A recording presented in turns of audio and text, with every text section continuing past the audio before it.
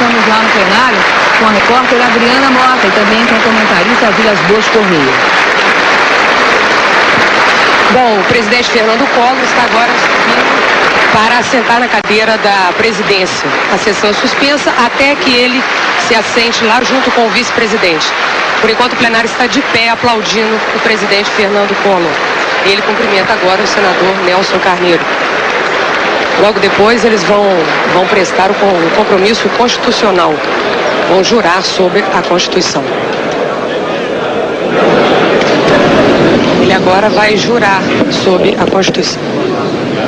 Todo o plenário já está de pé para ouvir o juramento do presidente eleito, Fernando Collor de Mello.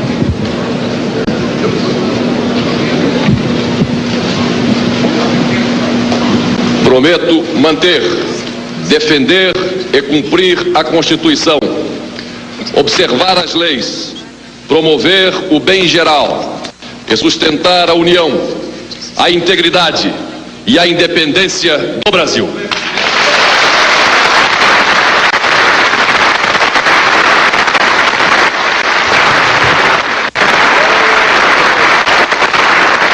Fará o pronunciamento logo depois que assinar o livro da posse. Será a seguir assinado pelos senhores presidente e vice-presidente da República, pelos senhores presidentes do Senado Federal e da Câmara dos Deputados e pelos demais membros da mesa que dirigiu os trabalhos da sessão.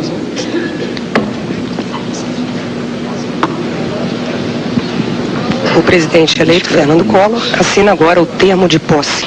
A partir desse momento, ele já é o novo presidente da República. Está sendo muito aplaudido pelo plenário.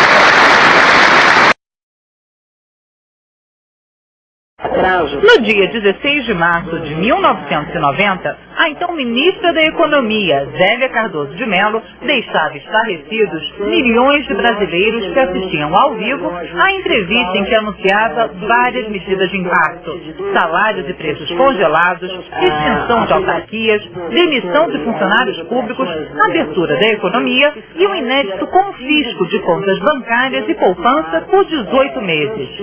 Quem tem no depósito à vista, quem tinha ontem no depósito à vista 50 mil cruzados, pode ir ao banco segunda-feira e sacar, se quiser, 50 mil cruzeiros, né? Ou quem tinha isso no overnight. O que excede isso, a parte excedente a esses 50 mil, fica depositada no banco, junto ao Banco Central, sob a titularidade da pessoa física ou pessoa jurídica, em forma de cruzados novos. A gente, como socialista e que vinha do combate à ditadura, a gente falava em terrorismo, de golpe militar, essas coisas todas. E já o país redemocratizado, 2 anos depois da Constituição Cidadã, a gente vê um presidente eleito na enganação, na euforia.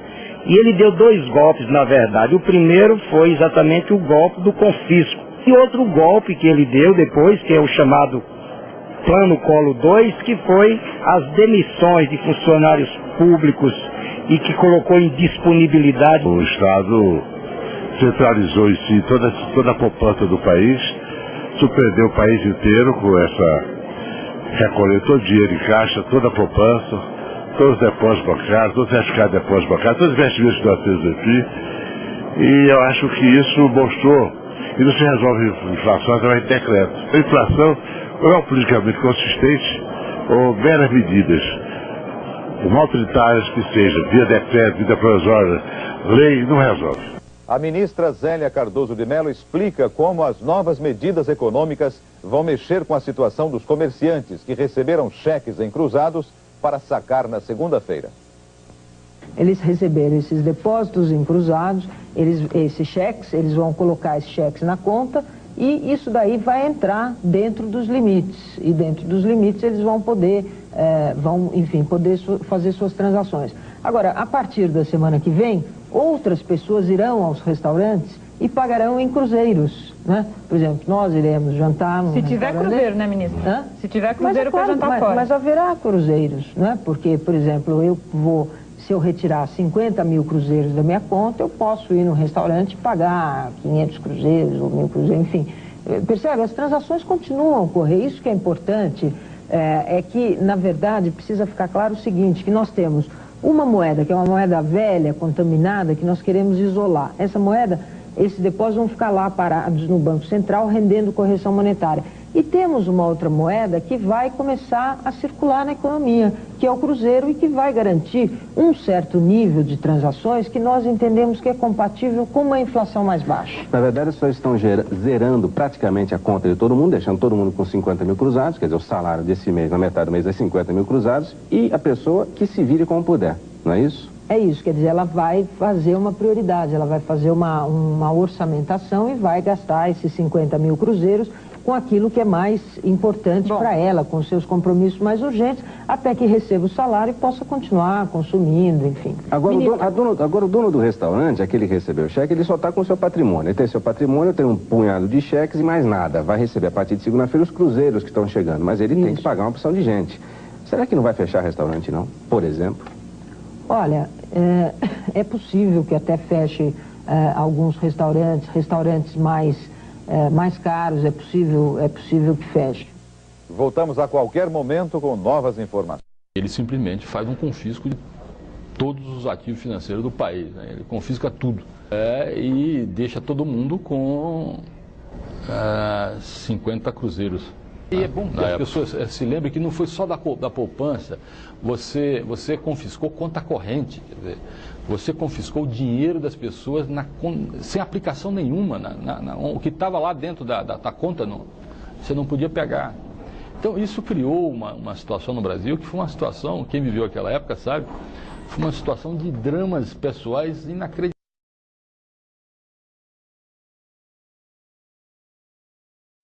Pedro Collor denunciou tráfico de influência no governo.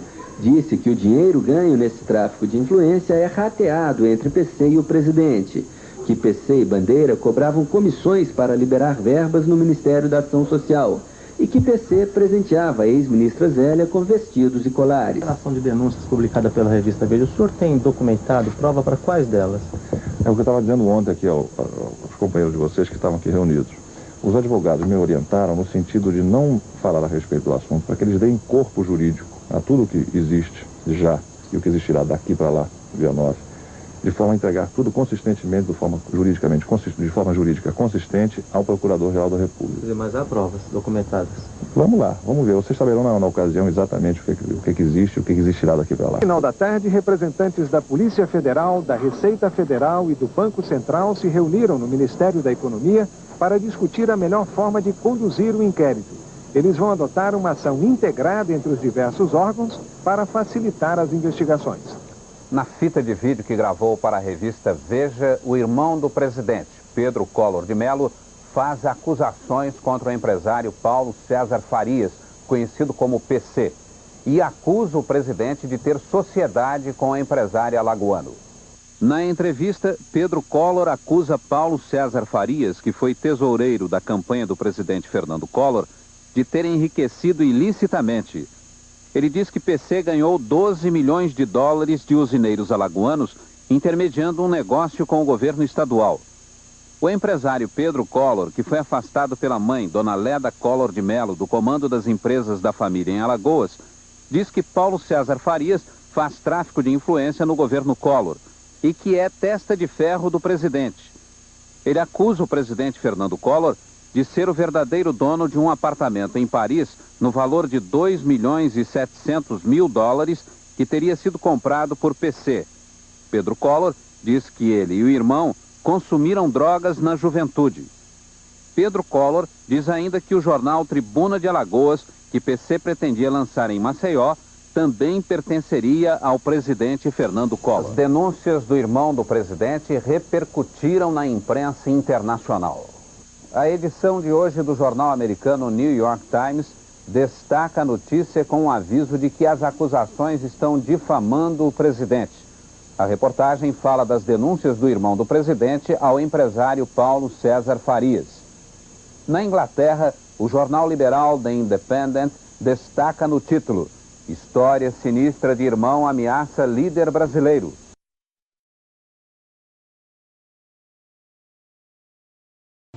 Que saiam no próximo domingo de casa com alguma peça de roupa numa das cores da nossa bandeira.